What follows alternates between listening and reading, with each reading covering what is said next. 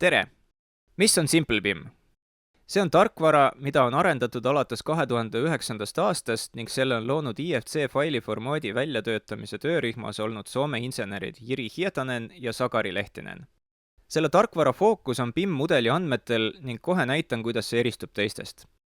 Tegemist on üsna unikaalse funktsionaalsusega ning seda kasutavad kõik, kellel on vaja mudelist kätte saada mingit infot. Näiteks eelarvestajad ja CO2 arvutajad, kellel on vaja saada ehitusmahud, projekteerijad, projektijuhid, objektijuhid ning teised projekti osapooled. Samuti on see BIM-koordinaatorite seas hinnatud tööriist. Miks nad selleks SimpleBIM-i kasutavad? Kui näiteks tavalises vaaturis klõpsata seina peale, näidatakse ühe seina informatsiooni. Kuid SimpleBIM-i property aken on unikaalne. Võttes valikusse 76 seina, tekib siia aknasse kõikide seinte koondinfo. Ehk 76 seina sees on 7 erinevat nimetust. Soovi korral saab neid värvida nimetuse järgi. Saab kiiresti hea ülevaate. Või värvida tähised tüübi järgi. Võib-olla on vaja seinad hoopis eraldada. Kohe on olemas ülevaade, mis värvi mingi sein on.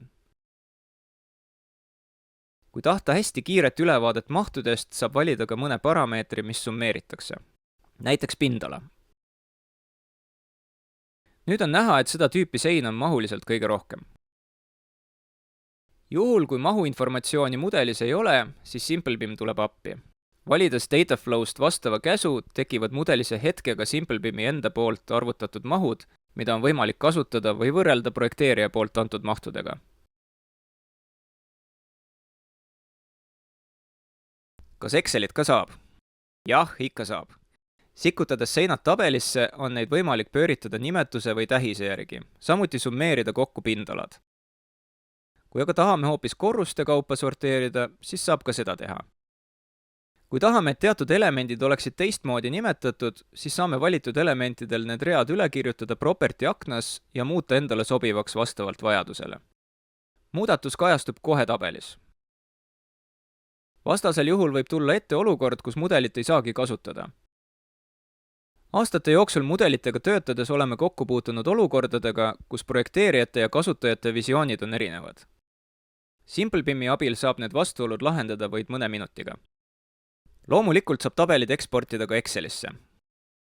Tekitatakse reaalsete Exceli valemitega pivotilaadne tabel. Kellel on märksa spetsiifilisemad vajadused töövoogi automatiseerida, siis on abiks Dataflow.